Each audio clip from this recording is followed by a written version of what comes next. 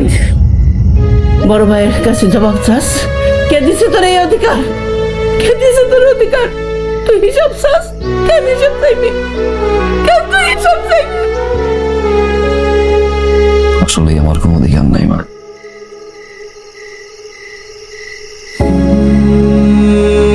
আমার আবার কিসের অধিকার? বিদেশ থাকি, গালার মতো খাটি মা। 5 বছরে যা কামাইছি সব পাঠাইছি, তোমার কোনো অধিকার নাই। আমার টাকার হিসাব আমি চাবো কেন? আমি তো প্রবাসী, টাকার মেশিন। যার সারা জীবন মানুষের জন্য টাকা চালাই যায়, নিজের জন্য কিছু পায় না। কত 5 বছর 1 টাকা 2 টাকা না, 40 লাখ টাকা পাঠাইছে আমি অ্যাকাউন্টে। 40 লক্ষ টাকা! ওই 40 লক্ষ টাকা 40 লক্ষ টাকা না মা, আমার ঘাম, আমার রক্ত মা, আমার ভবিষ্যৎ মা। ভাই তার বাচ্চার ভবিষ্যতের কথা চিন্তা করছে, ওর ভবিষ্যতের কথা চিন্তা করছে, আমার ভবিষ্যৎকে ভাবছে মা।